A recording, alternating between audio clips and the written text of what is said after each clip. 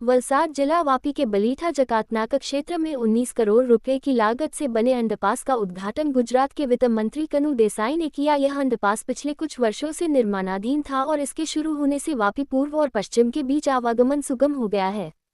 Railway फाटक बंद होने की समस्या से राहत मिलेगी, ट्रैफिक का दबाव कम होगा। वित्त मंत्री कनु देसाई ने कहा कि यह परियोजना क्षेत्र के विकास की दिशा में एक महत्वपूर्ण कदम है। उन्होंने बताया कि राज्य सरकार शहर की बढ़ती आबादी और औद्योगिक विस्तार को ध्यान में रखते हुए आधारभूत संरचनाओं को मजबूत करने के लिए प्रतिबद्ध है। स्थानीय नागरिकों और व्यापारियों ने इस अंडरपास को बड़ी राहत बताया। उनका कहना है कि वर्षों से चली आ रही जाम की समस्या अब काफी हद तक खत्म हो जाएगी। व्यापारियों के अनुसार ट्रैफिक जाम के कारण ग्राहकों को आने जाने में परेशानी होती थी, जिससे व्यवसाय पर भी असर पड़ता था। अब स्थिति में सुधार की उम्मीद है। ખાસ કરીને વાપી ઈસ્ટ અને વેસ્ટની જે મુખ્ય સમસ્યા એ સોલ્વ થવા જઈ રહી છે, શું કહેવું?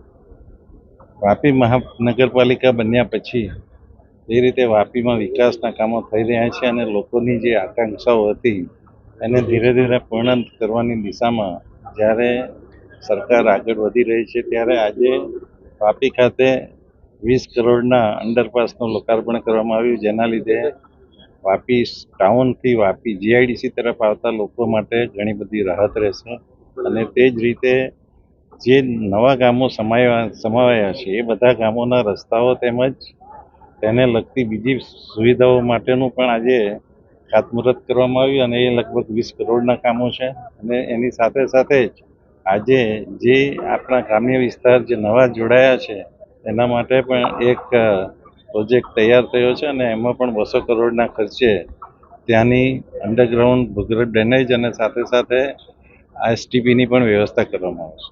જે ટાઈપનો જે બ્રિજ છે તે ક્યાં સુધીમાં? જે ટાઈપના બ્રિજનું અમારું પ્લાનિંગ છે 15 એપ્રિલ સુધીમાં અને બીજો એક અંડરપાસ બાકી છે એ બંને સાથે થવા જોઈએ। આ તો બધા પ્રયત્નો કરવામાં આવે પછી તમે એને